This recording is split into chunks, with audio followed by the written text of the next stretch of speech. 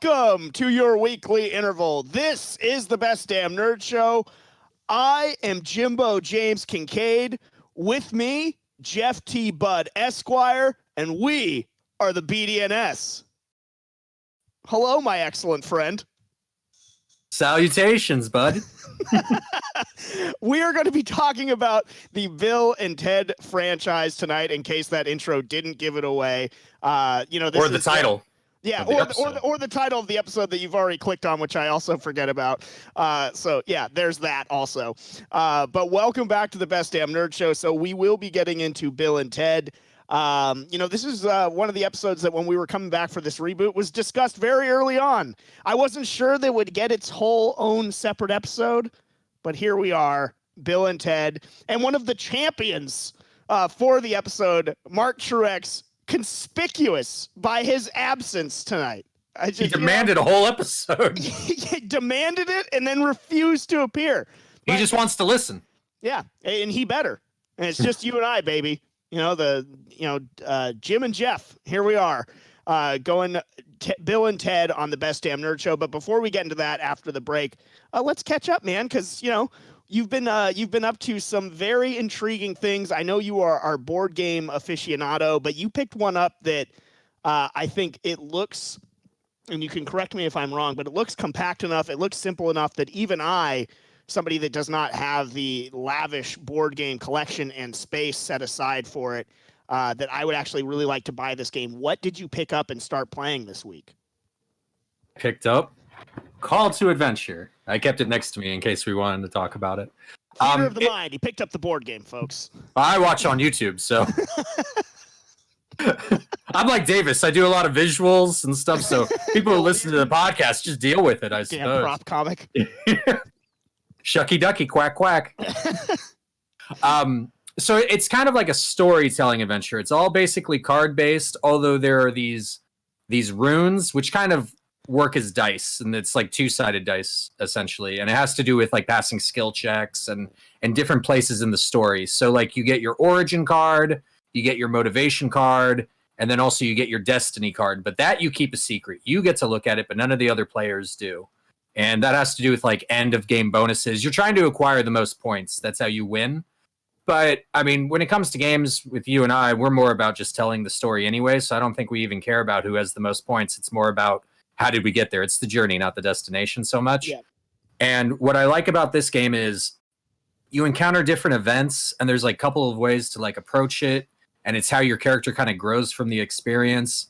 I'm trying to think of like an example. Well, my character was a hunter. That's how he started. Yeah, I love the replay value of the game and the sort of the randomization of it. Like, what did you pick up the game? What did your character become? And this is all from like randomness of the cards, right? Yeah. Well, everything is random in it. So, I mean, the cards that I picked up, my origin, or just basically who I am to start the story, is I was the hunter. My motivation was that Vow of Vengeance card that I had. The big cards are the cards that you draw at the very beginning. And then my destiny card was like the Intrepid Explorer or whatever. And then all the other little cards that I got that either were placed at the bottom or above all of those cards, those were the different encounters I had along the way. So like one was when I escaped that trap. The other one was caring for the injured. Like all those things. Those were things that I decided to do, and I had to roll the runes to see if the skills that I particularly had, basically made it where I pass or not. And you can either, and you can either do encounters or you can do like different attributes. So like that I was secretly royalty. That's just an attribute. As long as I had a particular set of skills or could get rid of one of my experience like tokens, I could acquire that attribute. And that's basically what I did. So that's you sort of chose to like buy that, for lack of a better term. Yeah, kind of. So like there's 3 different stages of the game, and there's like always 4 cards. Well, for most players there's like 4 cards. If you have like the maximum amount of players, I think there's like 5 cards. And so you choose on your turn which one you're going to go for. And then you either succeed and you get the card, or you fail and you get another experience token, because you're still growing even if you fail at something, which is totally fine too. You have that like with stories. I like that. Yeah. So, and sometimes it's almost to your advantage to fail, and it kind of fits your story better if you do. You know how I feel about being sort of a worker for the narrative over all else. We're all about kayfabe. We always have been. Exactly. Yeah. Damn it. You're going to be a hero. You're going to go out there. You're going to do it. So I mean, you and John didn't speak for years because you guys had a debate on this podcast. I mean, you had never stopped being friends. Well, and you and I still text about how much we hate him for it. So. Well, I mean, John's a miserable son of a bitch. In story. It's terrible. Yeah, in canon. Yeah. Outside of it, we're still friends. Well, I mean, he said some things about Captain America 8 years ago. I still want to punch him in the face for it. I mean, that's friendship. All right, folks. But continue on. I didn't mean to cut you off. No, you were fine. So the game there's a few different modes of playing. So you can either play against each other, and like I said, you're all just trying to tell your own story, and it's whoever has the most points at the end of the game. Another way to play it is co-op, and it's where everybody is technically on the same team. So think of like a band of adventurers in a story and how they would meet, and they go against an adversary. And there's various adversary cards in the decks, and you just choose one randomly at the beginning of the game, and that will be like your final confrontation. That's what the last turn is, no matter what. You go against the adversary. And then the last way to play it is if you want to play on your own, and it's exactly like the co-op mode, except for you're going against the adversary by yourself, which is how I played it. I just played it on my own. My wife was at work, she's at home because of the epidemic, but she was at work still technically. I get off before she does, so I was just playing in the kitchen by myself. See you, loser. She heard me rolling the runes, and she's like, "What's that noise?" You're at work right now. You don't hear that.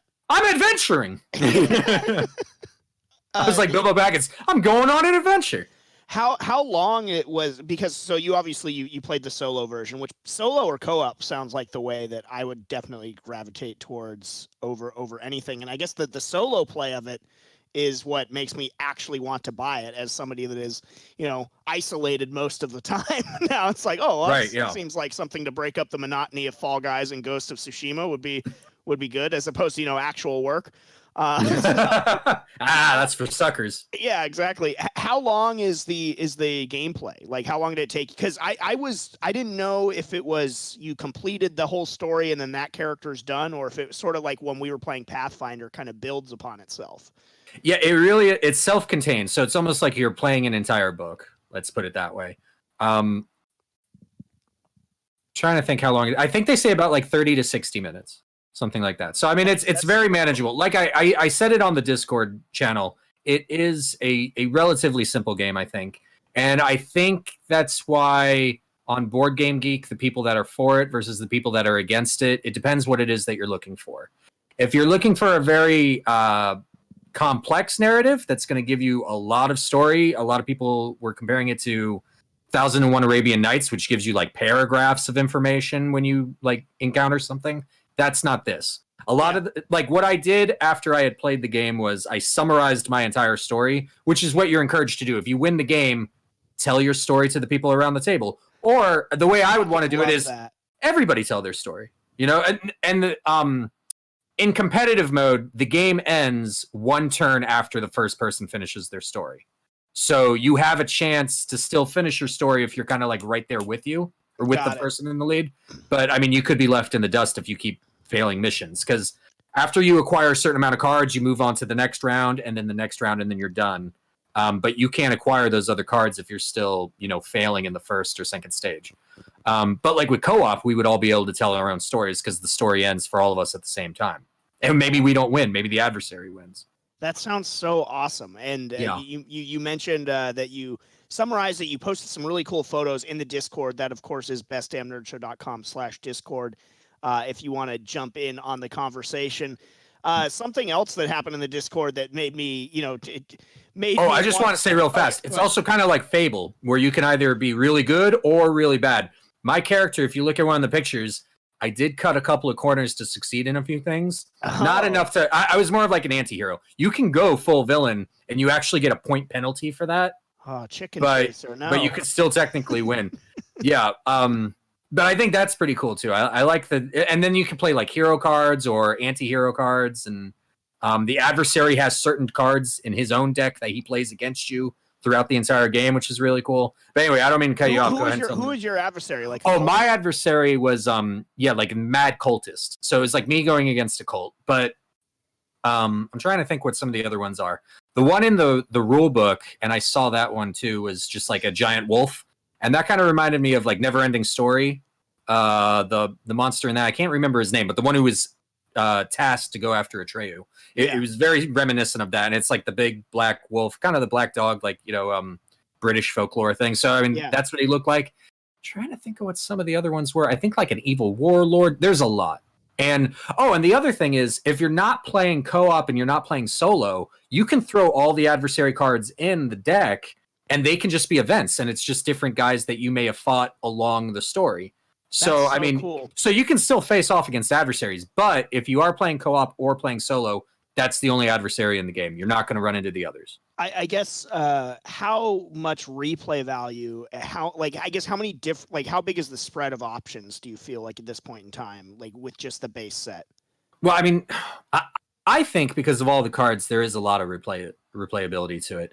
I mean, like I said, the rules are simple. The game is simple. It's not so much if I'm feeling challenged as I'm playing this. I don't see myself winning every time, but I do think most of the time I will be able to manage it. But I just want to craft a cool story. Some people were talking about on Board Game Geek that it's kind of a cool way to maybe generate a random D&D character for yourself if you want to. I mean, there's a lot of applications for this game. I think there's enough intro, motivation, and fate cards that you can do a lot of, or destiny cards, or like whatever, that you can do a lot of different things with it. And then depending if you're playing by yourself or with a group of friends, how you guys play against each other. There is an expansion. Apologies, I don't remember the name of it, but it's based specifically on an author's like series of books. So if you're a fan of those books, and go ahead and just look it up online, you'll find it. It supplements some of the cards that are in the deck. You take those out and you put those cards in instead. So if you're a fan of that series, I think that's kind of cool. You'll be like playing characters like the characters in those books. If they had done something like that with Dennis L. McKiernan, where you're running around in Mythgar, or like Terry Brooks with the Four Lands and Shannara and everything like that, like I would want those expansions. I'm not familiar with this book series, so it's irrelevant to me. And I kind of just like the base game, and I just got the base game, so I mean it's all really fresh still. And another expansion, which is more generalized high fantasy, is coming out like in a year or two. That I'll pick up. It definitely, like, I would definitely prefer the more generalized stuff, but it does just on the face of it sound like that it's very easily reskinnable to other properties. Like if Lord of the Rings wanted to get in on the act, you could easily do a sort of Middle Earth type call to adventure type deal where you're just not, obviously you're not Aragorn or whatever, but there are lots of heroes. Yeah, you would be like a ranger or something like that, or maybe even just like a man of Gondor or whatever. Yeah, totally. That sounds. I mean, like I said, I'm very interested in playing that game. So I was immediately intrigued when you started talking to me about it, and then when you were posting the photos in Discord. Again, bestdamnnerdshow.com/Discord if you want to get in on the conversation. And another conversation that was going on there was about Lovecraft Country. 3 episodes have aired as of this recording. I have watched all 3. I was very excited for this show to come out. I love the Lovecraft mythos. I love Lovecraftian horror, as do you, Jeff. Oh, yeah. And, several members of the Best Damn Nerd Show. I cannot say, can't really overstate how disappointed I am in Lovecraft Country. I don't understand the sort of love it's getting on social media because I gave it 3 episodes. I thought the first episode was okay. It was a little over the top. Second episode was really bad, right? I mean, like, you're not going to watch it, Jeff. There's just some really awful special effects in there, too. Like, in the fantasy, the dude is undoing his pants, and this really horrific CGI snake comes out where his penis should be. It's just, like, so bad.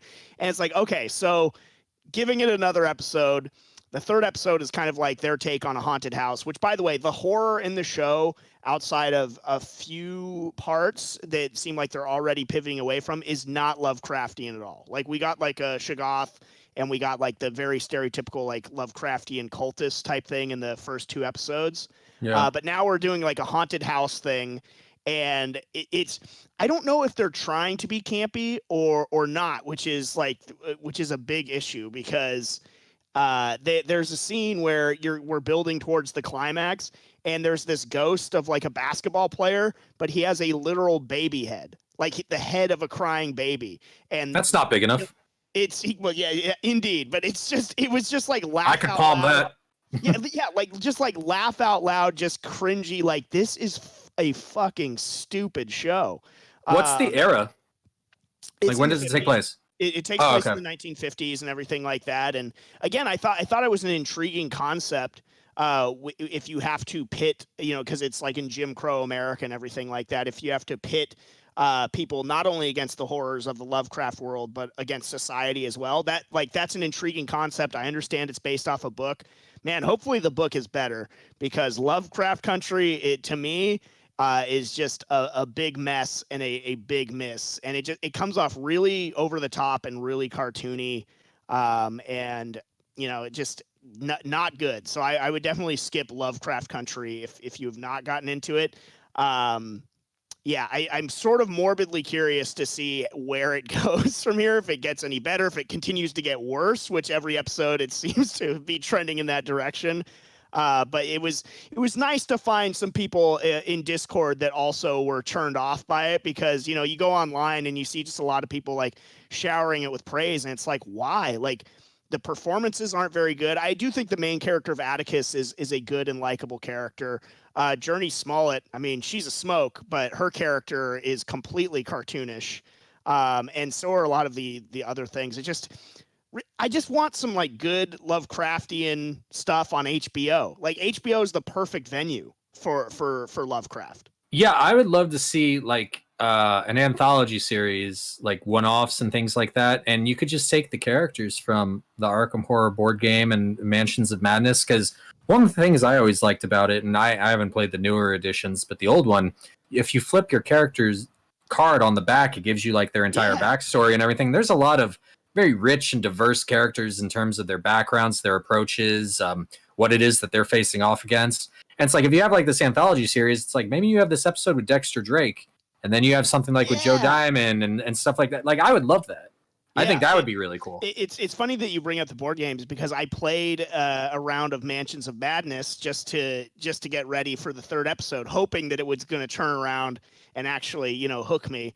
The Mansions of Madness was the most Lovecraftian thing that I got on that evening. But you're right. That would be a really cool sort of into the story. And, it's funny, even like thinking about watching I think it was the first episode when Arkham, Massachusetts comes up, and they reference Lovecraft, like his works exist in this world. And see, I wouldn't even want that, honestly. Well, I mean, maybe I would rather they reference like Necronomicon. And they did do that. And like Miskatonic University and things like that, and like maybe some of the characters. It's kind of meta Lovecraft, unfortunately. But then if it's the 1950s, I mean, that's so much time after most of the stories anyway. So I don't know. Instead of Arkham, they go to Artem. It's not very good. Like, why even do that? Whatever. Yeah. And I don't know. I haven't read the book, but the show has been a miss for me. Okay, we got to take a quick break before we get into Bill and Ted. But before we do, want to pour one out for Norm Spencer, who we know voiced Cyclops on X-Men the animated series, and he also which voice did he play in the Ultraverse? Ultraforce. Ultraforce.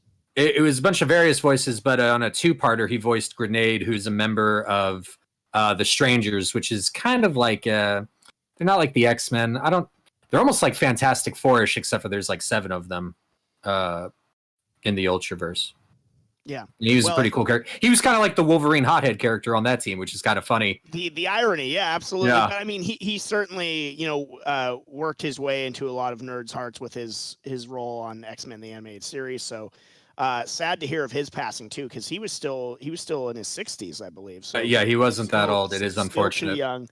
I lied, actually. There's one more thing that another Mark with a C passed along to me. Mark Abrigo made me aware of this quote coming from John Boyega, aka Finn from the Star Wars trilogy. Oh, yeah. He did an interview. Did you see this? Yeah, I've seen. Yeah. So I'll read the quote. It's from the UK version of GQ, and talking about sort of how he felt, how his character was treated in the new Star Wars trilogy. Like, you guys knew what to do with Daisy Ridley. You knew what to do with Adam Driver.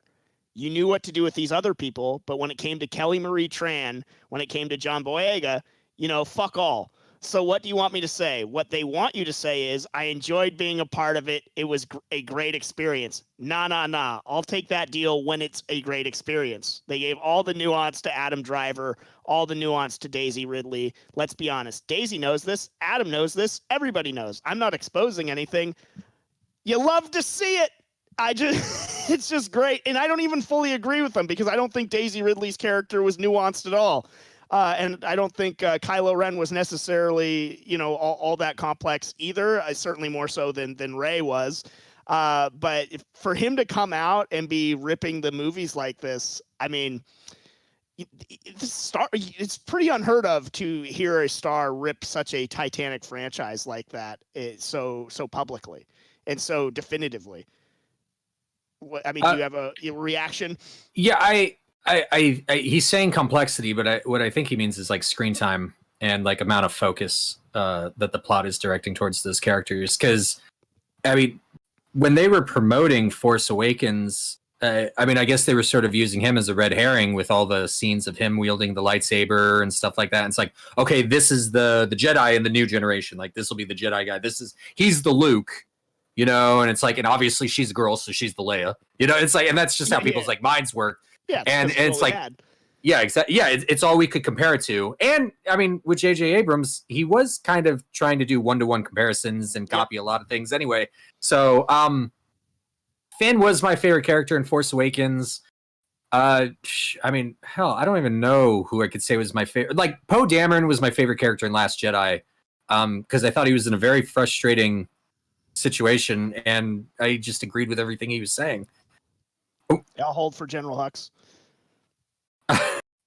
Yeah, all right, that scene was bad, but I'm talking about more of what he was doing against Holdo and everything like that. And Finn was completely wasted there. And then, I mean, you never even saw Rise of Skywalker, but that movie is like moving at lightning speed, and they're just trying to wrap up a lot of things and disregard a lot of what's going on in Last Jedi. Like, J.J. Abrams was like doing way too much and ended up doing nothing. And that's basically what that movie is. And so, like, Finn, I mean, hell, man, I'm just thinking of like what I imagined Finn was going to be after I saw Force Awakens, because I didn't like Force Awakens. I remember me bitching about it that night after we left the theater. But I was trying to think. It was my birthday. I wanted to be happy, but I liked I liked the idea of what his character was. I like that concept of know somebody who is basically born and raised a stormtrooper, because it's not like he ever knew his birth family, but basically rejected it after seeing the horrors of war. It's like, what kind of character would that be? And I also had no problem with like his just outright fear of the First Order. And he's like, I don't want to fight him. I just want to get away from him. He's like, I don't want to be a part of any of this. But then because of this friendship and maybe more that he had developed with Rey, like quickly, it's like, all right, I'll go and I'll participate in this. And, he even confronted Kylo Ren and got his ass kicked, appropriately so. I was wondering if like that lightsaber wound was going to mess him up so much that he was going to have to wear like this like exo armor suit or something like that. I wasn't expecting him to be a Jedi after I saw he was just wielding the lightsaber like a normal weapon. And I don't have a problem with that. I didn't need him to be Force sensitive. Yeah. Hell, Han Solo is my favorite Star Wars character. I don't need someone to use the Force to be cool. Yeah. And so I still thought he would have been a more interesting character. And I mean, I don't think anybody in the new series was interesting.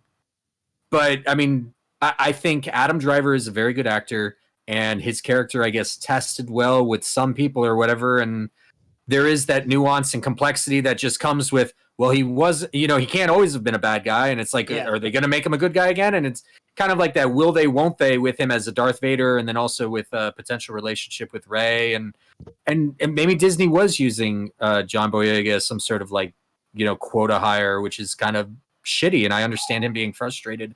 Not having an actual sort of character endpoint in mind or anything, that literally not knowing what to do with him. I just take a particular glee in seeing, you know, people from these new Star Wars movies not being all hunky dory about how they turned out. I mean, you had Mark Hamill before Last Jedi coming out saying that he fundamentally disagreed with what they were doing with the Luke Skywalker character. Then, of course, PR got on his ass and he had to walk it back. Yeah. And now John Boyega is the latest one. So I thought that was that really piqued my interest. So I knew I had to bring it up. And I like it because Disney was unfairly trying to silence critics by using the racism card. And it's like, if you don't like this, it's because you're racist against John Boyega, or you're racist against the actress who played Rose Kelly Tico. Marie Tran. Yeah, Kelly Marie Tran. Or, I mean, whoever, or you're a sexist and things like that. So it's like, how do you like it when you are perhaps unfairly labeled a racist? Because I don't know if race had anything to do with this. I think they just went with... the whole thing was a mishmash, and you didn't have proper communication or support from director and writer to director and writer. And so, I mean, you were never going to get a quality story out of it. Yeah. And even if he had gotten more screen time, I don't know if he ever would have been satisfied with his character, because it was no way ever going to be good. And if he did grow up a Star Wars fan, you know, I feel bad for him, because I'm sure it was a dream come true. I would have loved to have been in these movies. You know, it's like, I mean, how could you not have been excited? All of us. You're in a Star Wars movie. Yeah, exactly. Daniel Craig, you know, took a role as just a bit part stormtrooper in one of them. So anyway, we're going to take a break. On the other side, we are going to be excellent to one another, because we're going to start getting into Bill and Ted, The Excellent Adventure, on the other side on the Best Damn Nerd Show. And welcome back to the Best Damn Nerd Show. Bimbo Jimbo here with Jeff, and we're going to be talking Bill and Ted's Excellent Adventure. I mean, you know, all kidding aside, this was one of those movies from my childhood, and I'm sure your childhood as well, that made a big impression on my dad. And, you know, which is why when we talk about Bogus Adventure, I remember going Bogus Journey. Bogus Journey. But going to see that, my mistake. Sorry, I was getting too excited. But we'll circle back to that and sort of that story. But one of the, just right off the top, one of the things that I remember the most about Bill and Ted's Excellent Adventure is the line, "You medieval dickweed." And so, this whole time in the lead up, I was like, oh man, like I hadn't watched the movies in a really long time. So in going back to rewatch them, that was like, oh man, it's coming. The medieval dickweed line is something that, you know, as a young kid, I'm sure I wasn't supposed to be saying. And, you know, I know it probably got a lot of eye rolls from my mom to my dad that he let me watch that movie in the first place for that very reason. But, you know, kids say the darndest things. But what were your early memories of Bill and Ted's Excellent Adventure, Jeff? Oh man, I was a big fan. I mean, I'm a little older than you and the rest of the hosts, so I was already like 25 when the movie came out. No, but yeah, I was very young. I don't remember how I saw Excellent Adventure. Maybe I saw it in theaters. Bogus Journey, I definitely saw in theaters, because I remember talking about it with other kids that I knew. I watched a little bit of the cartoon. I watched the live action TV show. I was a big fan of theirs. I thought they were very cool characters. Excellent Adventure is my favorite because I love the whole time travel thing. I really liked Rufus a lot. And I really liked like Billy the Kid. Yeah, I think the time in terms of time travel movies, it holds up, and like it doesn't adhere to it's fun. It's a silly fun. It's just a fun movie. Yeah. Right? Like, I mean, I guess all of them are just like fun movies. Just relax and just have fun with it. Yeah, and some are more fun than others. Yeah, that is where I was going next, is that, you know, the whole reason for this episode is that, you know, after, you know, decades, they've decided to mine this well a little bit further with Bill and Ted Face the Music, and we're going to get into that. But the thing that I remembered as a kid and that it held up today in rewatching Excellent Adventure is it's just a fun, charming movie. It is what, you know, the popcorn comedy flick was supposed to be. You know, you can go in there, you can laugh at some stupid stuff. I may have even enjoyed it more rewatching as an adult than, you know, growing up around it, because there are other jokes now that I appreciate more. Totally. No, I fully agree. Like, I mean, I definitely like Sigmund Freud's character now as opposed to when I was a kid. I mean, I didn't know who Sigmund Freud was, obviously, when I was like 5 years old. And I didn't appreciate any of his lines, but like him being interrogated at the police station and everything like that, like I love that part.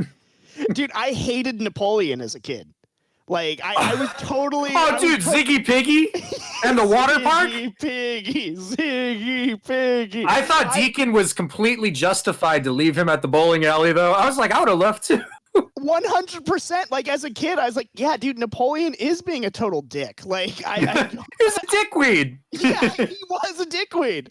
He was a French dictator dickweed. So I didn't like Napoleon as a kid. I thought he looked gross. Like, I always remember he looks like the Penguin to me. He's just like he's just this short, annoying, like uncouth, rude bastard. He was a real son of a bitch, dude. But in rewatching, because I was just like, it's kind of sad when he's left there alone and everything like that. I always did like the bowling alley scene and how upset he gets when he misses.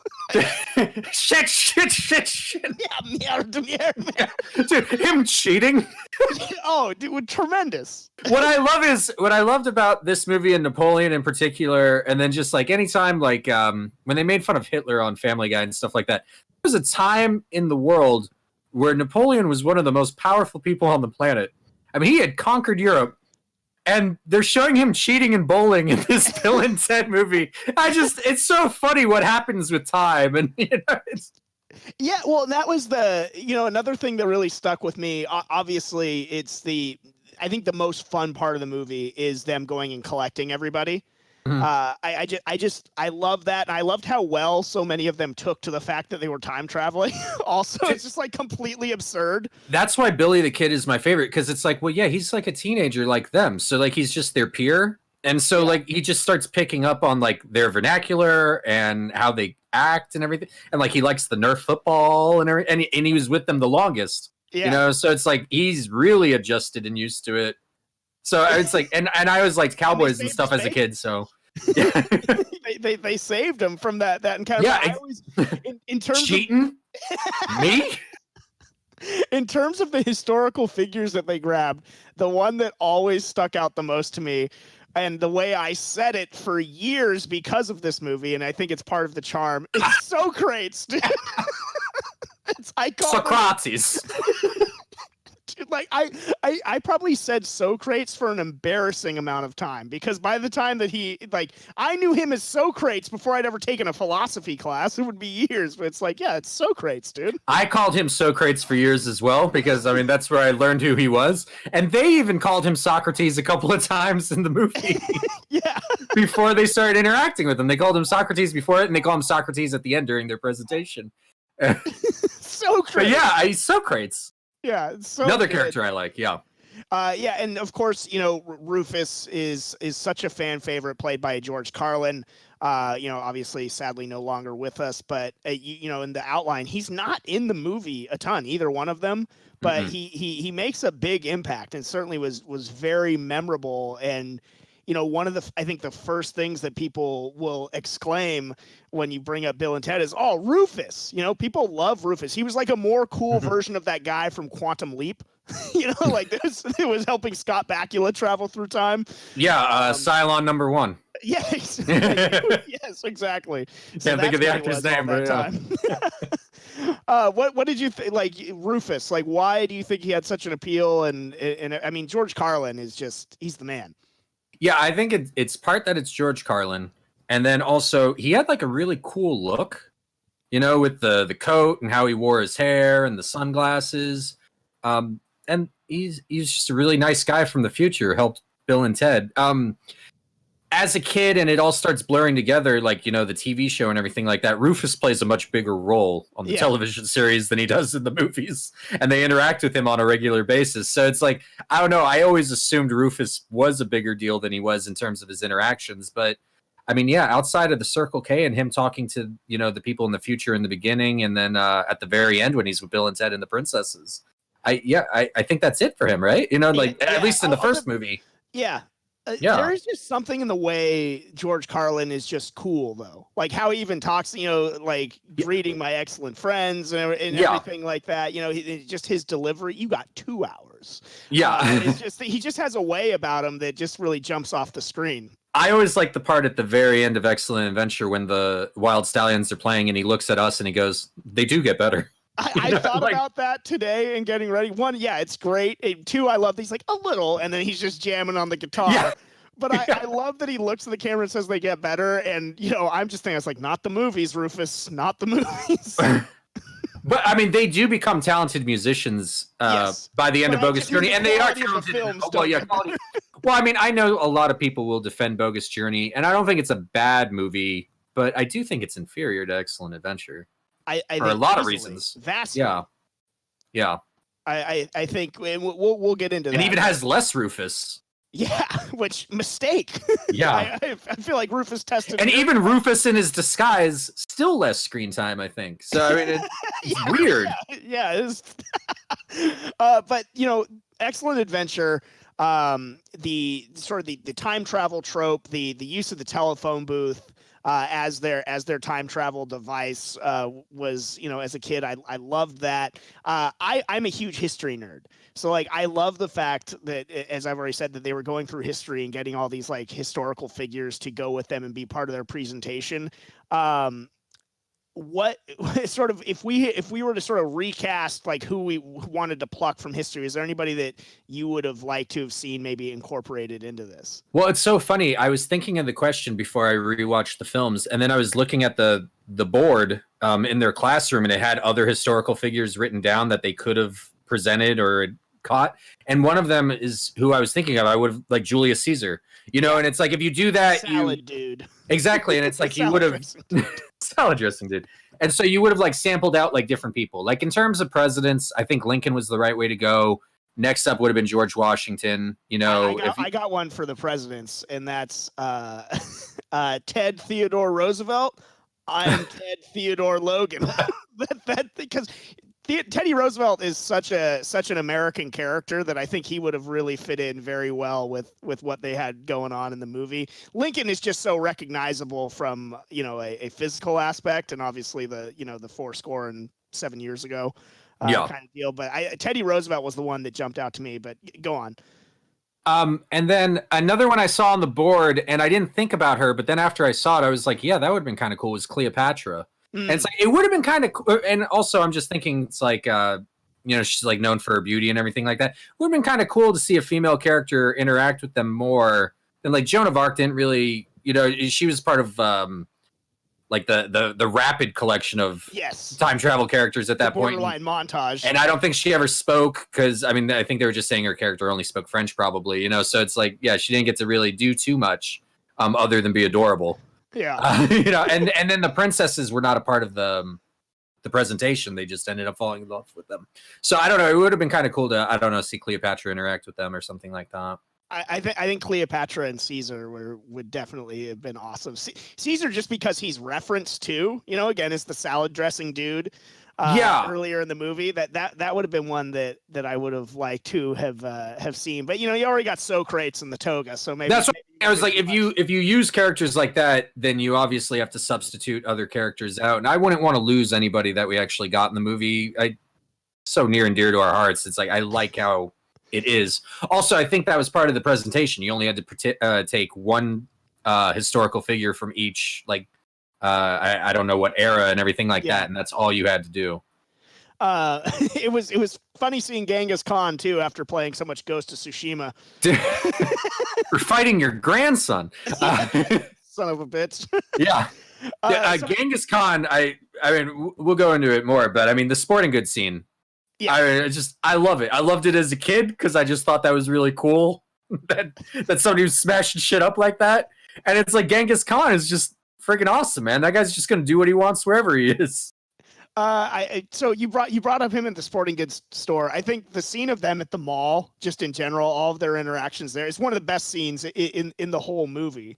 One of the best scenes in any movie. I love that scene. It's just, what a great sequence that is. They just, because they leave them with their like sodas to go get Napoleon, and then when they come back, they've all just scattered. Yeah. And my brother and I always talk about it the same way. We always say alphas are gonna alpha. All right, these are historical figures that have made their own, throughout time. It's like, Joan of Arc isn't going to take an aerobics class. Joan of Arc is going to take over an aerobics class, and it's like, of course, Beethoven's just going to be shredding it.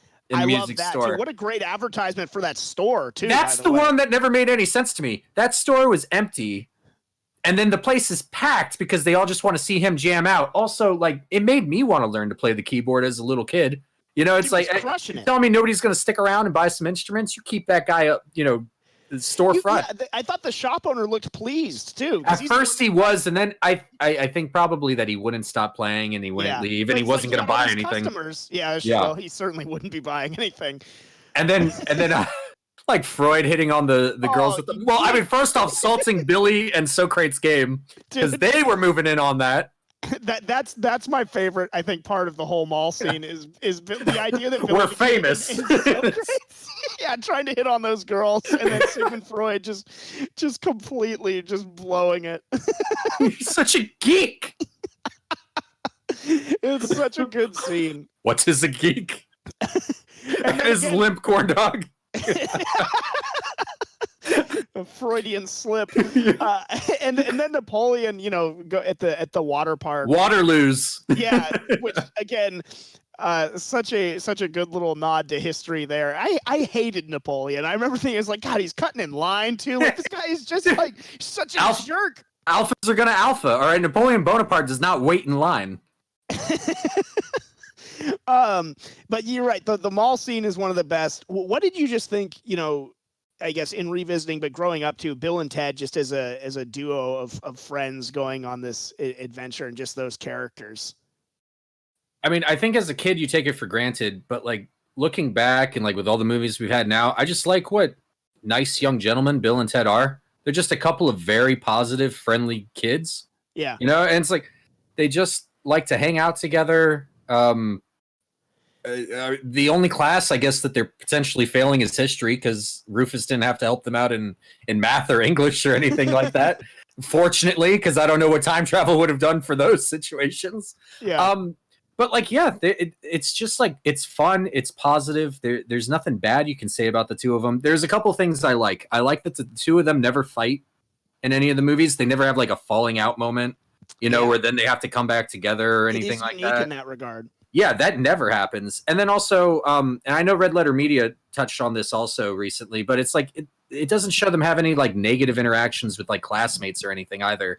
You know, it's like, we don't have like unrequited love interests in class or them having to impress anybody, no bullies or anything like that. Apparently there was like a deleted scene. I'm glad it was deleted. I don't need any of that stuff. I like the idea that Bill and Ted are their own like little self-contained universe. And I just also like the idea that like they just bring the world and the galaxy together through like just positivity and just like wonderful music and everything. It's like, that's so nice, you know, and it's just so refreshing and awesome. And also that, yeah, exactly. And that like historical figures, like great men, like Bill and Ted at one time were just like a couple of dopey kids, you know, like because Rufus. Wind.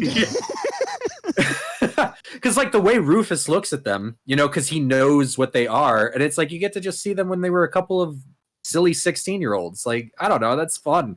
I totally agree with you in terms of the fact that they didn't go the route of like them having a falling out. The major like strain point again is maybe my favorite scene of the movie is where you think Ted is dead. Yeah, you have the faux Star Wars fight and them fencing with one another in the suits of armor, which is great. I fucking love that scene still. And kids would do that. Yes, 1000%. And that's exactly back when you could still play Star Wars. Remember when Star Wars was fun? Star Wars was yeah. You know, and this is a great Star Wars movie. And there's something so charming about how they name them. And I'm Luke Bill. He doesn't say Bill Skywalker. I know. It's so good. Again, how could you not just be charmed by these two? I cannot. That's the word that I kept coming back to too. Is this movie is charming? They are very. It's just a charismatic movie, in how it was presented, top to bottom. It's silly, but it's a lot of fun, and it's just. It doesn't take itself too seriously now. And this is a movie in which that works. And again, I cannot overstate enough the "you killed Ted, you medieval dickweed" line. It's just a piece de resistance of cinema. That is a great quote. That let's bring that back. Let's bring dickweed back. Dude, dickweed used to be a real insult too. You never hear that anymore. It's bizarre. I don't know. Insults are cyclical. Kind of like your love of Ric Flair. Yeah. So eventually it's coming back. Woo! I always love Ric Flair, baby. But, you were gonna say something, yeah. I was also gonna say it's like a couple of characters that I don't know if I ever disliked them, but I definitely look at them in a different view now that I'm older. Is Ted's dad and like their history teacher, you know, because it's like they seemed like so harsh and authoritarian, but it's like they didn't learn anything in that history class until that presentation. It's like that teacher was right to hold them accountable. They couldn't even say who Joan of Arc was, and it was the end of the year. Yeah, you know. And then I mean, he was a fair man. He's like, if you guys do a really good presentation and just prove that you took anything out of this class, you know, I'll pass you. Yeah. They were a couple of Jeff Spicolis. Like I couldn't help but notice some similarities there too. That's the, you know, and they had their own Mr. Hand kind of deal, and he wasn't as harsh as Mr. Hand. He ended, and even Mr. Hand, he went to Jeff's house and helped him, you know, and work through it and stuff. It's like, oh, you totally blew it, dude. Ted, stand up. And then as far as like Ted's dad goes, yeah, you're gonna flunk out of history. You may flunk out of school. You're in a band with your friend. You guys don't even know how to play instruments. You know, it's like, what am I supposed to do here, Ted? Like, how about the military school in Alaska thing, which now makes me think of Malcolm in the Middle as well. I didn't like. Is that just where military schools were, or did Malcolm in the Middle steal that from Bill and Ted? The military school wasn't in Alaska. After he left the military school, he hitchhiked to Alaska because that other kid went to go work on the oil rig. What? Fuck my memory then. Because there's a series of episodes That's where right. He has to work for that like slumlord woman. Yeah, once he gets there, yeah. Exactly. But yeah, it shows him hitchhiking and everything like that too. Because that other kid who was 18, he's like, I don't have to be here anymore. You know, he's like, I'm going to Alaska where I can make money really fast, not knowing all the slumlord crap and everything else. And my mind amalgamated them into one thing. I was like, oh, this movie's just getting ripped off by Malcolm in the Middle here. What I didn't notice as a kid either is that was it Missy, right? Yes, Missy. Slept with the history teacher too. Yes. I didn't tell him I say hi as a kid. Yeah, did not pick up on that. And then the eyes that they're giving each other at the presentation as well. Missy fucks everybody apparently. Yeah, I didn't appreciate that either, obviously, when I was a kid. And then I didn't realize like what she was like until the second movie when she had just dumped one dad for the next dad, and then hey, was even going to marry the villain in the Bill and Ted universe before they were in our universe. So. Bill's dad, all depressed, just eating a Twinkie. He was so happy in the first movie. You know, Genghis Khan loved Twinkies too. But those are some of the good lines as well, though, is like the "shut up, Ted," like when talking about I love that part. to prom and like and everything like that. It was sort of remember when she was a senior and we were freshmen. Shut up, Ted. But just any other scenes that you wanted to point out, or any other things that just made its mark with Bill and Ted's Excellent Adventure with you? One thing I also liked was it was when they were breaking them out of the police station, and it was kind of like playing on the concept of like what you can do with time travel. And it's like, we just got to remember to steal your dad's keys and then like put them behind this bush, and then they're just there, you know? And like, remember the trash can, remember a trash can, and it falls on his dad and everything like that. It's like, I liked all of that stuff. I thought that was pretty cool. In terms of like how they handled time travel, I didn't think it was that bad compared to like other movies. I think it's actually a pretty good system. And I also like the idea of the running clock in their own timeline. You know, it's like, you're still the Bill and Ted of this particular time. You know, it's like, and if you went back in time, there's that Bill and Ted, you know, and you can't just go to the forward and everything like that. So it's like, there's where there's like a rush, you know, there's actually, you know, a reason why they've got to get moving and do things for their presentation. I thought all of that was really good. And then, them just doing like chores at Bill's house, where it's like the fast-paced video, and it's like all the different historical figures. Was Billy the Kid having the hots for Joan of Arc there, by the way? Dude, he was having the hots for Joan of Arc. They are age appropriate for each other, so that would have been cool. And I think he was just letting her do all the dishes. He just like was emptying stuff in the garbage, and then just let her walk. Brand for Billy the Kid too. I loved all of that. But I do love the interactions between the historical figures too. I like that Billy the Kid and Socrates became friends. And then of course, like in the mall when they were all running, like Lincoln and Freud running together and then getting busted. by the guards. There are two great scenes in the 80s as far as just trashing malls and fighting security guards. One is Bill and Ted's Excellent Adventure. The other one is Arnold Schwarzenegger's Commando, where he just is tearing up shop. Yeah. And it's like, I don't even know if malls employ that many security guards at once. I don't see why they would. But it's like, those are both two really cool scenes. And I mean, if I have anything else to say about Bill and Ted's Excellent Adventure, it's San Dimas High School football rules. I love it. I have to echo your opinion about how they approach time travel as well. It's not like they laid out, the rules super well, but I love how they did have them in the movie, like you with time, the running clock. I love the phone book of time travel. Yeah. It had been so long since I had watched this start to finish. I had forgotten where we were even going with the dad's keys. Like I'd completely. When he was first yelling at Ted in the beginning. Yeah, and I was like, "What is this?" Like I don't even remember how they pay this off. And I was like, "Oh, time travel, duh!" Like it was, dude. Hey, you stole my dad's keys. Officer Van Halen. Yeah. If you want them, you better come and get them. And just the chemistry, between, Alex Winter and Keanu Reeves is legit. They're very believable. A couple of friends. They're like Beavis and Butthead that are nice to each other, I guess. Yeah, and it doesn't surprise me that their friendship was true off the set, and that they've remained friends all these years. Because I mean, yeah, the two of them they clearly clicked. You know, and I like to hear stuff like that too. They are like Bill and Ted in real life. They just both seem like very pleasant men. Yeah, they really do. And I mean, gosh, if there was ever a time for, Wild Stallions to actually unite the world through music, I mean, Keanu is having a moment right now. So, God, we can see. All right, we're going to take another break. On the other side, we are going to go on a bogus journey. Was the movie bogus or was it excellent as well? You'll find out more on the Best Damn Nerd Show. And welcome back to the Best Damn Nerd Show. We are talking Bill and Ted, and now it's time to move on to the bogus journey. Jeff, we were, going on and on about how much we loved Excellent Adventure, Bogus Journey, the follow-up. What did you overall think of Bogus Journey, I guess, when you first saw it, and then we can get into revisiting now for this episode? When I saw it when I was a kid, I liked it, but I definitely liked it a lot less than an Excellent Adventure. I didn't like that they died. I didn't like that there was no real time traveling for Bill and Ted. I remember I was talking to this kid about it, and then he was just naming all the scenes that were in commercials. And I was like, you didn't see the movie. And it's like, it turned out he had not gone to see the movie. He was lying to me just to say that so that he could talk about Bogus Journey with me. I was like, you're not naming anything from the movie other than what you saw on TV. And he goes, yeah. But I definitely liked it a lot more now as I'm older. Like I said, I mean, it was still a good movie when I was a kid, but it's like, I really like it now. I love Death. I think he's my favorite character. Bill and Ted are still just as great as they were. Yeah. And I also like the evil robot us's. I like the evil Bill and Ted, probably because it is Bill and Ted.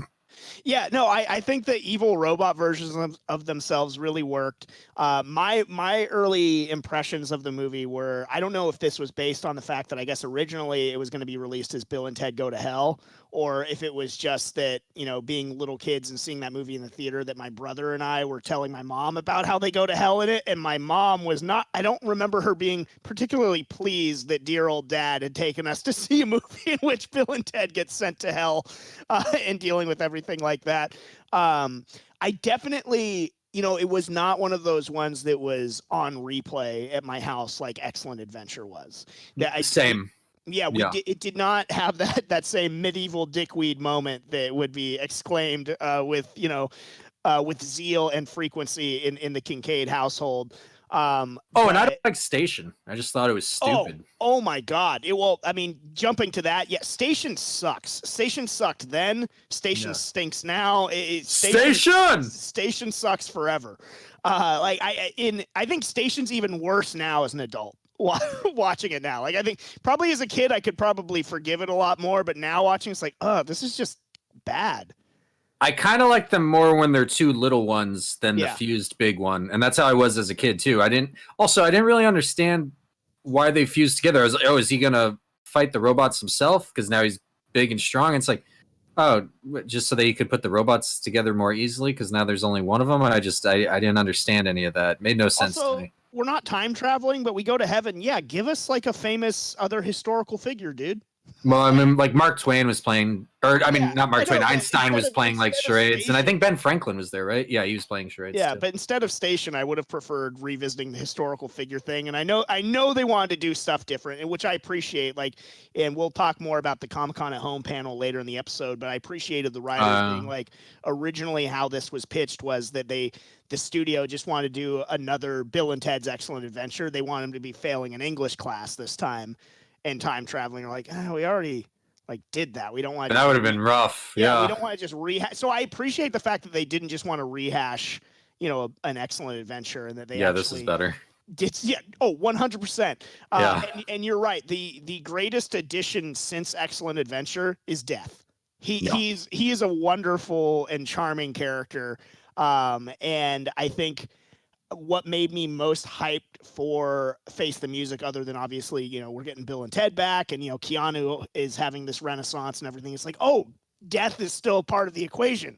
That's cool that they brought him back also, and that he seemed like super excited to be a part of the project. I think the scenes with Death and trying to cheat Death or defeat him at board games, and just how ineffectual he is. I think that's the best scene of Bogus Journey. It's my favorite scene. I always thought that they beat him because they're not really supposed to be dead. Like, they're not destined to die at that point. I like that theory a lot. Because he is undefeated before that, and specifically said so. Now, has he always been a cheater? And then we kind of see that with his character in Face the Music, maybe, but I loved all the different games that they played against him. I mean, because, Clue and Battleship and Twister, those are all games that I had at home, and I loved all of those too. And like, William Sadler is so funny. It's funny because he's such a good actor too, so it's like, it's kind of like John C. Reilly. They're very funny when they want to be, but then you also see like there's like very serious dramatic work. Him interacting with Bill and Ted with Clue, and he said it was Colonel Mustard, right? And it's like, no, dude, it was Professor Plum. I said Plum. No, you didn't. It's like best 2 out of 3. What the bogus? Or it's like, no way. Way. And it's like, you sunk my battleship. Told you he'd hide it in the J's, dude. Yeah, everybody hides them in the J's. Like it's the J team, dude. I never saw it that way before. First of all, I love your theory that it's because they weren't supposed to die. I never really thought about that before you said it, and I think that's pretty perfect. I just love how they became friends with them, and it speaks to, again, the charm of those two. They have this magnetism about them that's like, this is why they are destined to unite the universe, is because, like, dude, they're just two likable guys, Yeah. But yeah, Death, William Sadler's voice, it's for Death. It's just so... It just works for the character and everything about it. I love them playing board games with Death. Best of 7. Damn right. It's like my favorite line in the whole movie.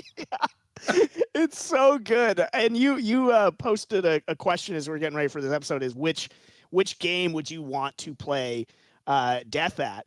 And what I was thinking about, it's a game that we've referenced before in the Best Damn Nerd Show, is a Hero Quest adventure with Death as, as Zargon? As Zargon, which I think would be really, really fun, because even the board could look like, what their personal hell was if the wandering monster was Colonel Oates or whatever kind of deal. But yeah, I would want to play Hero Quest or something. What would you play with Death? I was thinking about that, and there's like maybe a few that I would do. One is Cave Troll, which you and I had played before, where you're basically a band of adventurers. You're trying to collect as much gold in a dungeon as you can before a certain amount of rounds, and it's like I think that would be a lot of fun. And maybe Last Friday, and be the camp counselors versus him as the slasher or something like that. That would be kind of cool. And Last Friday is like a board game spoof on Friday the 13th movie series. For those who aren't familiar with it, I think it would be fun to play Death in one of those like really intricate, long setup games, and then he just loses almost immediately, and he could just he's like, I wasted all this time setting it up. Hero Escape. Exactly. That's what. Oh my god, the mountains. Yeah. I spent all this time setting up the game. Yeah. Ooh, or the X-Wings miniatures game too. If I could be Luke, Wedge, and Biggs. I don't know what the point distribution is for that game anymore, but just 3 X-Wings, or maybe I would tie swarm them. I don't know. It's just you set up Arkham Horror, and it's like, we got to get going, dude. That took like 4 hours to set up. Like, we really need to leave. And he's like, fine. He's like tired anyway. But yeah, I love that they befriend him. I think death is what makes Bogus Journey the most enduring part about it, is the addition of that character to the Bill and Ted mythos. That's why he's on the cover with them, you know? Yeah. It worked. He tested well. Death had never been more lovable than in Bogus Journey. I like you. I did also appreciate, and even rewatching the evil Bill and Ted. I think that even they have a certain amount of charm to them. Because, I mean, obviously, because they're still Bill and Ted. That's the great thing about it, is them pissing off the villain because they still act like the two people that he hates most in the universe. Yeah, that was the part that I thought, didn't that there was a villain. No, Bill and Ted don't need that. Yeah, it's just he wasn't good either. He wasn't a good villain. It just was. He sucked, dude. Bogus Journey, I think overall does not have nearly the same level of charm that Excellent Adventure did. But I liked Death. I liked the evil robots, but the villain stuff, as we talked about, why not more Rufus instead of less? Yeah. There's no argument really to be made that Bogus Journey is better than Excellent Adventure, right? I mean, there are people that do it, and it's like, I'm not going to dismiss their opinion out of hand. It's just, I don't really get it, honestly. I feel that everything that's good about Bogus Journey, it's like, is just as good in Excellent Adventure, and I think there's just a lot of things that are better in Excellent Adventure. Also, one thing that happened in Bogus Journey, but it's more explainable in that film than in Face the Music, is that they haven't accomplished what they've been told that they're going to accomplish yet.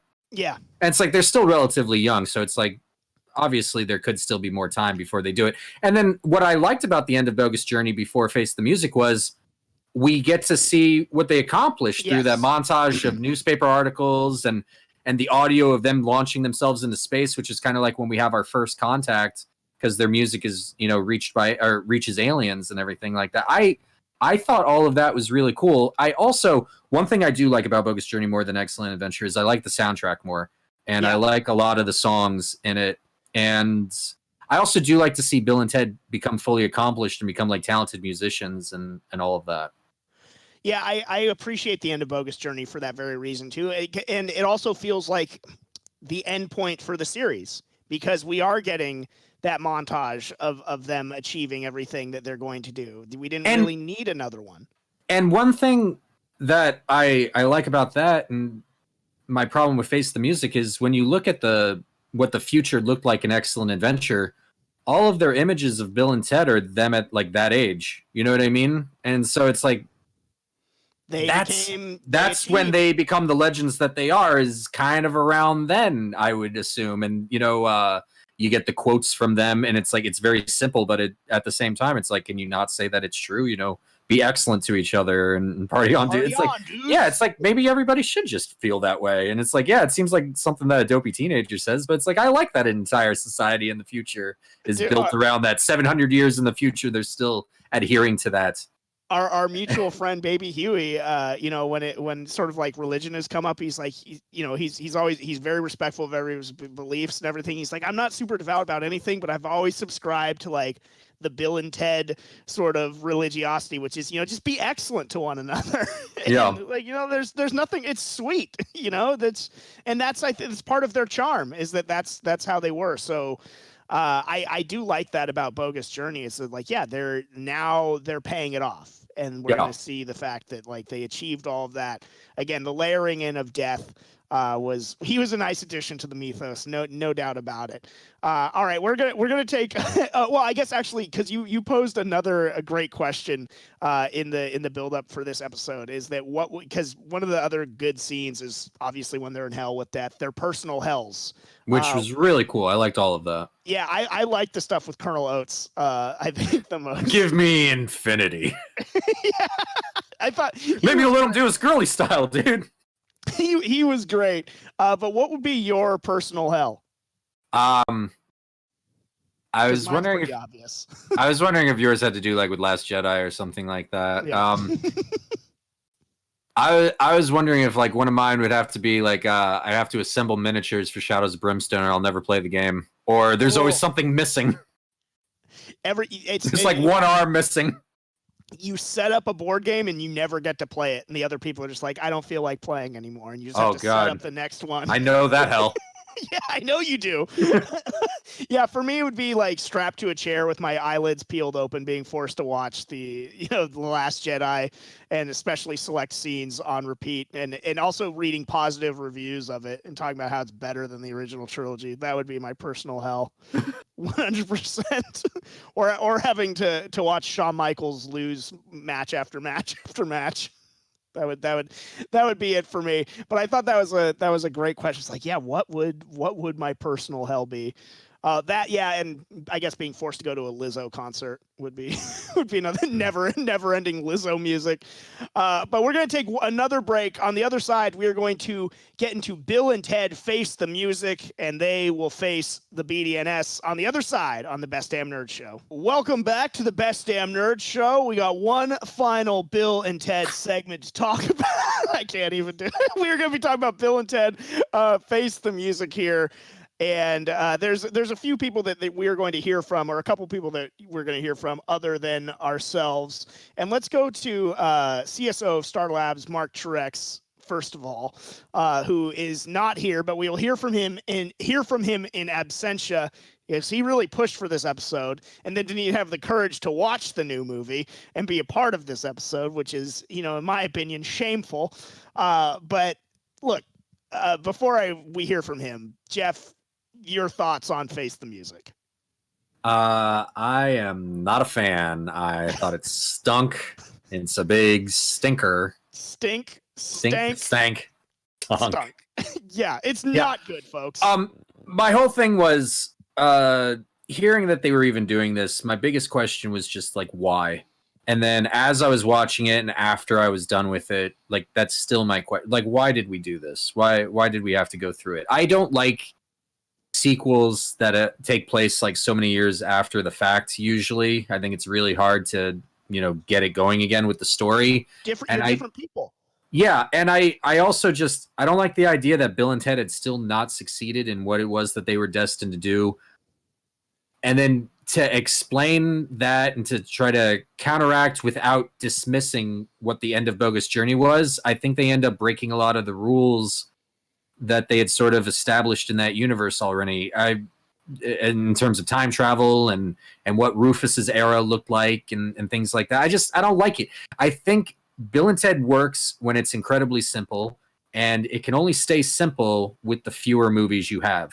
I would have been fine with no Bogus Journey either. I would have been fine with that. Rufus just lets us know that they do get better, and that's the end of it.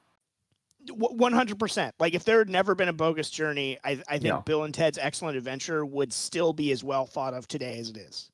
Yeah, and like my whole other thing with Bill and Ted is like, even though those were good movies and they definitely had to have been popular for the sequel to come out so fast, and that there was a cartoon and a TV show and merchandise and all that, it's like, but I don't remember anybody really clamoring for this like years later, and it's like, yeah, it's been forever since we had a Bill and Ted movie. Like, I mean, people are like full-blown adults, who have been born after those movies came out. So it's I don't really see the point. And again, the why. And we just talked about in the last segment, the Bogus Journey gave us, again, that end point of the series that, tells us that they achieve what they're going to achieve in short order. Yeah. So that brings me to, I echo what my excellent friend Jeff is saying here about Face the Music. The movie is crap. And so I texted Mark, as I was watching, I just said, ugh, this new Bill and Ted movie is atrocious. He responded, lies. I said, it's absolutely charmless trash. And I said, face the truth. And he said, I think your disapproval says more about you than the film. And then I asked him, I was like, oh, did you see it? He said, I don't need to see it to see your bias. That's Mark Truex, everyone. Got your ass. That's how he won't even watch it, but will just defend it blindly. So I wanted to make sure that we heard from him on this episode since he pushed so hard for it. I am very interested though to hear what Mark thinks about it. After the fact. But yeah, let's get into what worked, if anything, for you, what didn't work. In talking about Bogus Journey, I think that the positive takeaway from this is Death's return to the franchise. To me, he was the best part about this movie, and my favorite moment of the whole movie is when Bill and Ted are back in hell peeking in on him, and there's like, he's cheating at hopscotch, dude. It's so sad. It's just the fact that he's doing that he's playing hopscotch by himself and cheating at it, I thought was like the standout moment for the movie. But what did you like about it? Death for sure. Bill and Ted, I still think, just have great rapport with each other, and they don't betray the characters or anything like that. No. That was definitely something I was worried about going in this movie, was what would they have done to them. I'd say my biggest problem with the Bill and Ted characters was how they handled the like future selves in this film, and that they would ever be antagonistic towards one another. I don't like that. Lie to ourselves. Yeah, I like that line, but it's like, I don't like the idea of Bill and Ted having to face off against Bill and Ted. The only reason it worked in Bogus Journey was those were evil robots that were programmed to kill Bill and Ted. It wasn't really Bill and Ted. So anytime Bill and Ted were going after them, or at least lying to them, or then trying to switch places with them in the prison and stuff like that, I wasn't a big fan of all that. I wasn't as bothered by the daughters as you were. What I liked about the daughters was they just completely were fans of their fathers. They were very pleasant and sweet girls, just like their dads are. It's like they're just easygoing, positive people. And they just like to listen to music and talk about music. And I was like, all right, that's pretty cool. I am a little surprised that they don't play any instruments, though, just because their parents are wild stallions. At the start of our journey either. but they would have grown up around it. You know what I mean? It's like, I don't know. I feel like there would have been more there, but I guess they're more of like a DJ style type thing anyway, which is fine. And yeah, they're producers. I had a bad feeling about Billy when we saw the Comic-Con thing, because the actress was like, I didn't even know who Bill and Ted were and all this stuff. And I was like, maybe you didn't, because you are young. That was also Ted's daughter too. Well, her name is Billy, though. Oh, fuck. I got them mixed up. Yeah. And so that's the one I was kind of more worried about, where, I mean, the other daughter is, Hugo Weaving's niece and everything like that. And she was talking about how she was excited about the role and all that. But I thought Billy, Ted's daughter, did a great job. I thought she was acting a lot like a young Ted. I was like, okay, yeah, that's definitely Ted's daughter. I thought the other girl was very nice, and she definitely looked like what Princess Joanna's daughter would look like, but I didn't think she brought anything special to it. I didn't think she was especially like Bill in any way, but I thought the other girl was definitely like Ted. I disagree. You disagree. I thought Ted's daughter was the worst part of the movie, maybe outside of the robot. Like, whoa! Wait, even the future people, and not Rufus's daughter, she was fine. Yeah, Rufus's daughter was fine. It's a nice. But everybody else, I thought Rufus's wife was terrible. I thought she was okay. I didn't like that the future people were trying to kill Bill and Ted, because it comes down to the fact that it's like, we've had this established thing that's like, dude, they're the saviors of the universe. And you even wrote in the outline, it's like, can't they just be the saviors that they were supposed to be? And that's how I look at this movie as a whole anyway, is like that big question of why. But I thought Ted's daughter stunk. I didn't think she came off like young Ted. I thought both of them, but especially her, absolutely devoid of any charm or charisma whatsoever. And she didn't come off like young Ted to me. She came off like she was doing a bad Data impression from Star Trek The Next Generation. And it did not work for me. I found her very like just blah. There was like nothing there. It was just like, what an absolute waste. It's very rare that I was like, oh boy, this person's like a really bad actress. And then that's what I felt about her. And I do not have high hopes for her career moving forward. Like, I thought she was. People said similar things about a young Keanu Reeves back during Bill and Ted's Excellent Adventure. She nailed Keanu Reeves then. She did not nail Ted's daughter. So that was, she was not good at all. And it's funny because I went back to that Comic-Con at Home panel for research purposes.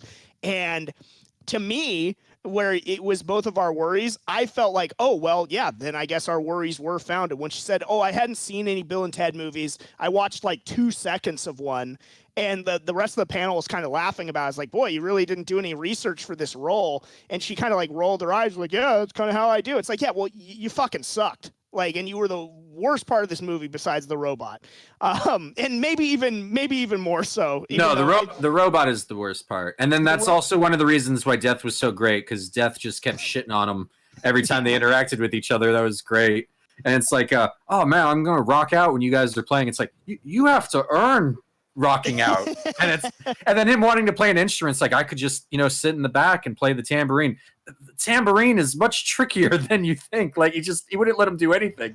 I was like, finally somebody's pigeonholing that robot the way he needs to be. You don't get to just join the group now because you regret killing Bill and Ted, or I regret killing everybody else, I guess. Yeah, that was the accident. All of them. Yeah, he killed himself, and then Bill and Ted were a part of it. Yeah.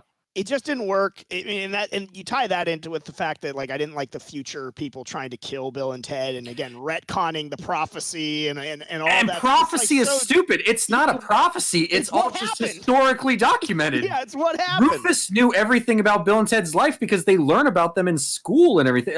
Rufus is teaching at school in the second one. And it's like, he wasn't teaching a Bill and Ted class there, but it's like they know Bill and Ted. Their entire society is built around Bill and Ted and their teachings. And that's 700 years in the future. So everybody's known about Bill and Ted since. Oh, yeah. I mean, whatever. And then them using their last names, a song composed by Preston and Logan. It's like, okay, I get it, because you've included the daughters, any offspring, and then it's the last names. It's going to be them. I still didn't think it completely took away from Bill and Ted, because they still were, the one distributing the instruments, and they still were playing and all that. It's kind of built around Bill and Ted, but it's not what I was promised in Excellent Adventure and Bogus Journey. The worst line of the movie is when Keanu's like, we're here to back you up. Piss off, dude. Yeah, exactly. Yeah. I know. I thought that was stupid. I was like, you guys aren't Sarah Connor, which they never minced words about that. Sarah Connor always knew what she was, that she was the mother of John Connor. She accomplished many things because John would not have been prepared for the war if not for her.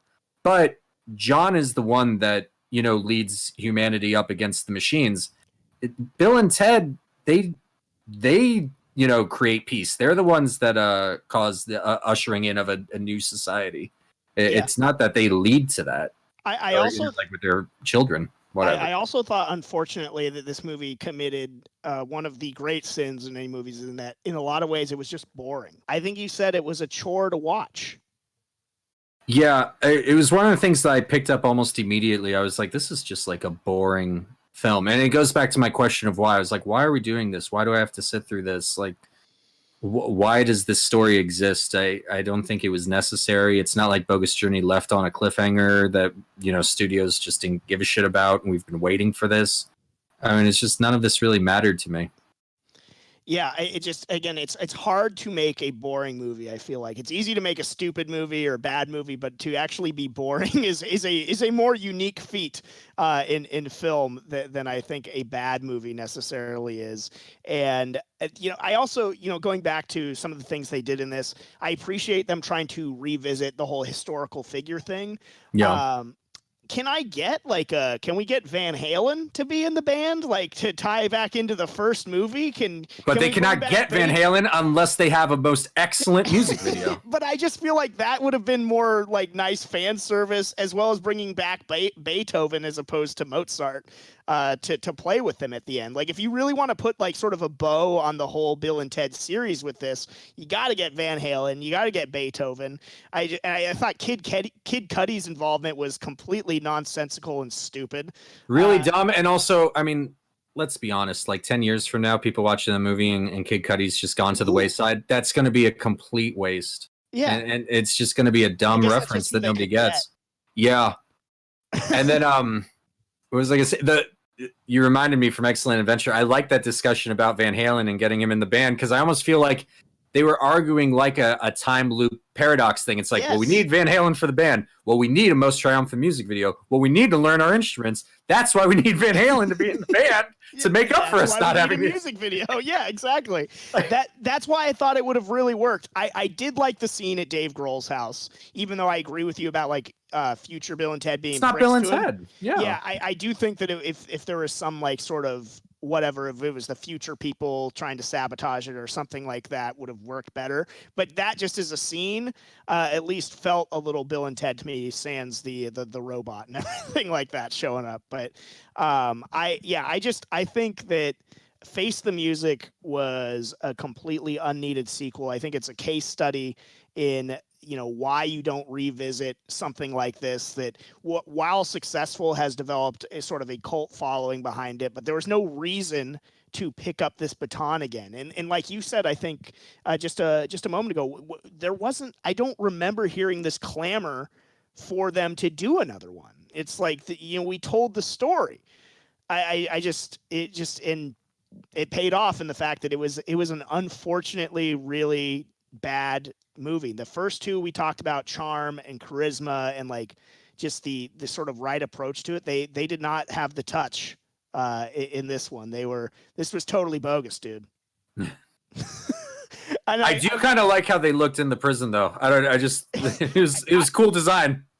I like that too, and I love that that we got to see that in the Comic-Con at Home panel. That was my favorite panel of Comic-Con at Home. Look, I was suspicious of this movie from the start. That panel, in a lot of ways, won me over. But I revisited after. Well, because Bill and Ted are so charismatic. Yeah, they are. Even in their actor forms of Keanu and Alex. And I do want to echo that too. Is that they didn't lose a step in terms of their on-screen chemistry was still really good, and and that's just fun to see. I think if they wanted to do like, some type of one-off like YouTube thing or whatever, that's just like a fun pickup or whatever kind of deal. Like that's something to have a little haha ad or whatever, but to do an actual movie and try and add to this was just so unnecessary. But I revisited the Comic-Con at Home panel because Kevin Smith is a real dickweed. that's just, there's no two ways about it. And his sort of just give him a Melvin. Yeah, exactly. That's what he deserves, dude. Like, because I went back because I remember when we were doing the Comic-Con at Home stuff, I even just as a joke was like, oh, he's going to say that he cried. He's going to say that he cried. And sure enough, within like the first 45 seconds, he's like, it was emotional. And I quote, I left this office bawling. And I know, in the lead up to this, like you said, you were going to give him a pass because of his personal friendship with George Carlin. They do have a personal relationship. Yeah, so. And coming into this, I was like, okay, like that sort of makes sense. But the George Carlin cameo from like archival footage, was totally fine. It was a nice touch to throw back to Rufus. I like that they named his daughter in the movie after George Carlin's real life daughter, Kelly. I thought that was nice. But that's not why Kevin Smith was bawling. He continued. The last half hour of the movie, which the George Carlin thing is pretty like early on, 15 seconds, and it's like 10 minutes into the movie. Last half hour of the movie, I am bawling. Tears. This movie is transcendent, is why he was crying, because he felt it was so transcendent. He said, it made me hopeful in this hopeless time. And everything about it was a perfect viewing experience. Kevin Smith, you are an absolute dickweed. You're an asshole. Like, just complete crap. I cannot. Like, this is him at his absolute worst. Just awful. I'm really worried he's going to fuck up the Masters of the Universe cartoon on Netflix. Well, I mean, I'm less Which will be bogus. That would be totally bogus. I'm not so worried about that. And I am not, I like Jay and Silent Bob. Not everything that they've done. It's been a while. Yeah, I don't worship at the altar of Kevin Smith like some people on this podcast do, but I could not let some of those just ridiculously out of pocket things that he said about this movie stand. And he even said too, he's like, the trouble about doing a panel like this is, what if I think the movie sucks? And in my head, and I'm sure probably in yours, he's like, when has Kevin Smith ever reviewed a movie at first pass and said that it sucked? Yeah, he never does that. He'll turn on it years later when that's the popular opinion, and I guess he's no longer under somebody's payroll or something like that. Does Kevin not know that everybody is caught on about the crying thing, though? Like, why even bring that up every time? I mean, he used that shtick for the season finale of The Flash, like the first season. I remember that he cried there and was recording himself crying, so you knew it was a very authentic moment. Ugh. And then, I mean, he seems to do that all the time now. And I mean, it's either people making fun of him for it online, or it's just people going, oh, it's just Kevin Smith crying again. I don't hold any value in that. You know what I mean? It's like, even if you're a Kevin Smith fan, it just all reeks of insincerity to me. Completely, like, and I don't think he's a bad guy. He's not a bad guy, but I do think he's kind of a worm. Yeah, he's sniveling. He is sniveling. And I don't know if you ever heard his story about directing Cop Out and like his difficulties with Bruce Willis and everything like that. I think he may have been on Opie and Anthony and was telling the story, or it was like in no, it wasn't even Opie and Anthony. It was like those like talks that he would do, you know, when he would like tour colleges and stuff. It's like one man show type things.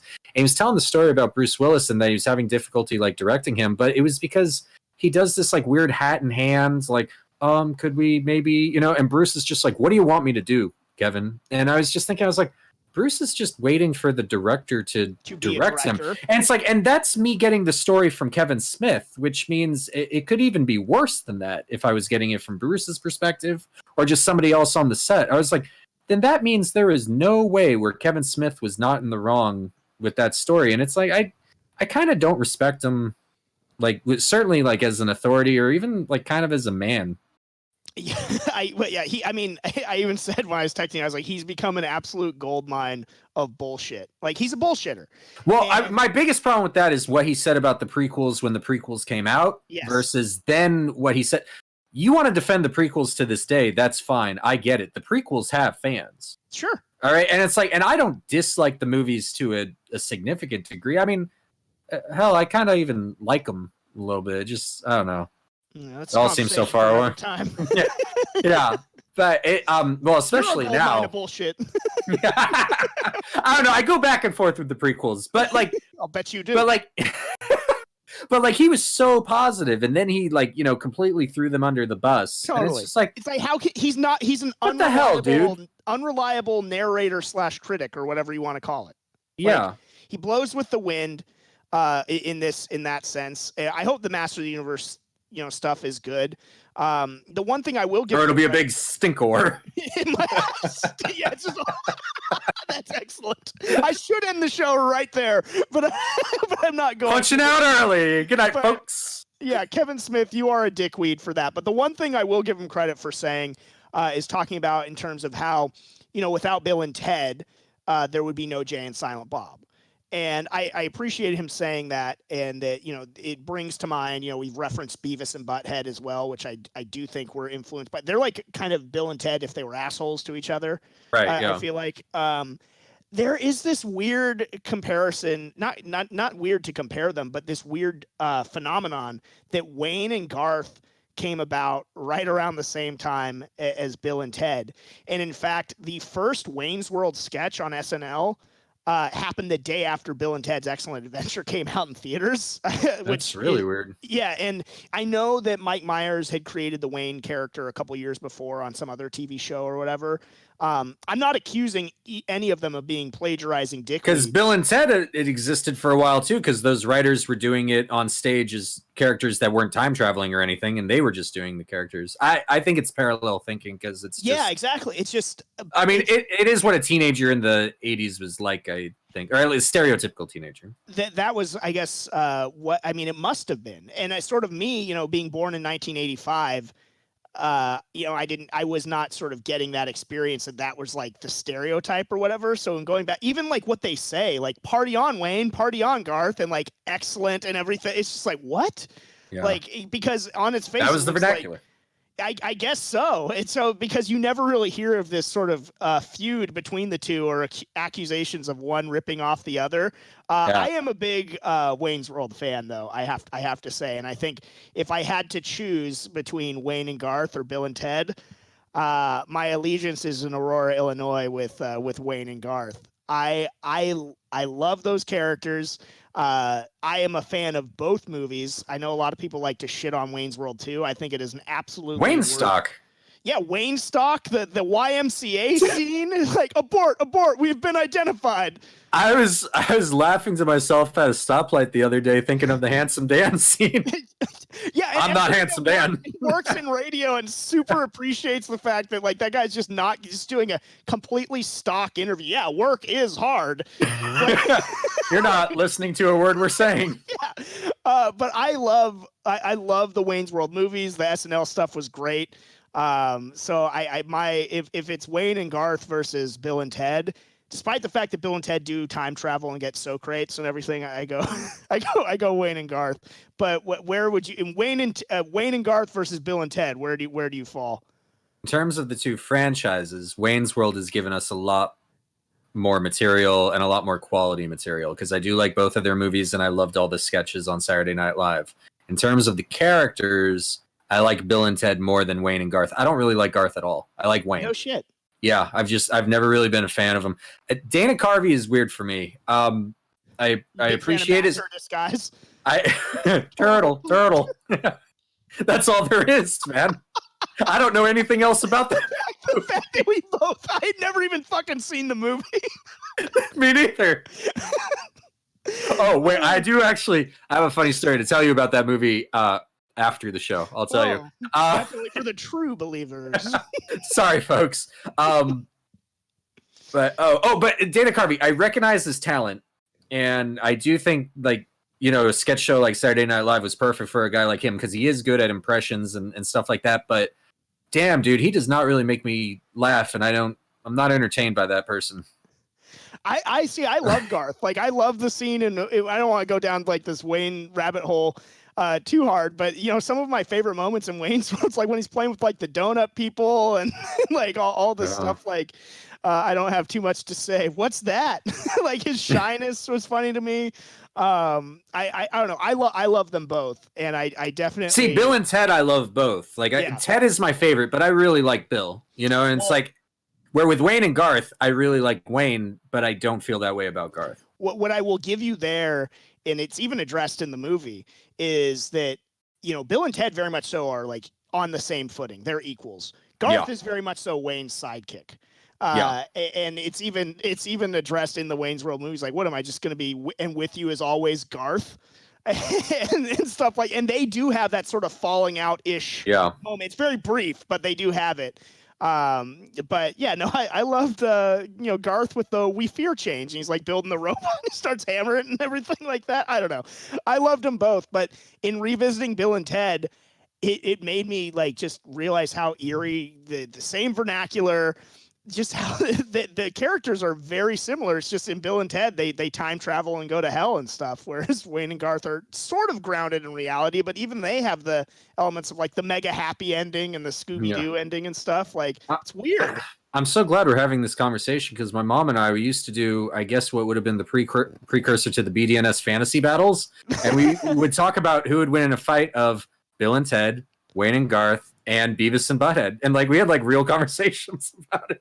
Beavis and Butthead are 3 on my depth chart there. Like, we automatically dismissed them that they would both get their asses kicked right away. I would say Wayne is the toughest just because he is a martial arts expert, according to Wayne's World 2. But my mom has always been a huge Keanu Reeves fan, and so she's is a good judge of talent. She just kept saying when we used to watch Bill and Ted movies, she's like, "He's gonna be a big star. He's gonna be a big star." Nobel Prize, Otto. Nobel Prize. It's like, all right, calm down, lady. Go dry yourself off, Jesus. Oh my God. But I mean, that's why. But she just swore that Ted was the toughest, and she wouldn't back down. Well, she loves Keanu Reeves. And I'm wondering, did she understand that Keanu Reeves would become like some big action star in Speed and The Matrix and John Wick? What did my mom see in Keanu Reeves? Upon that reflection, yeah, I guess Ted is the tough. He is Ted John is Wick, so he's the Baba Yaga. I mean, Mike Myers is Austin Powers though, so Oh, I didn't even think about the International Man of Mystery. But he's also the love guru. so not good. But it's like that episode of Workaholics where they all dressed up as different Mike Myers characters. Guru, yes, so bad.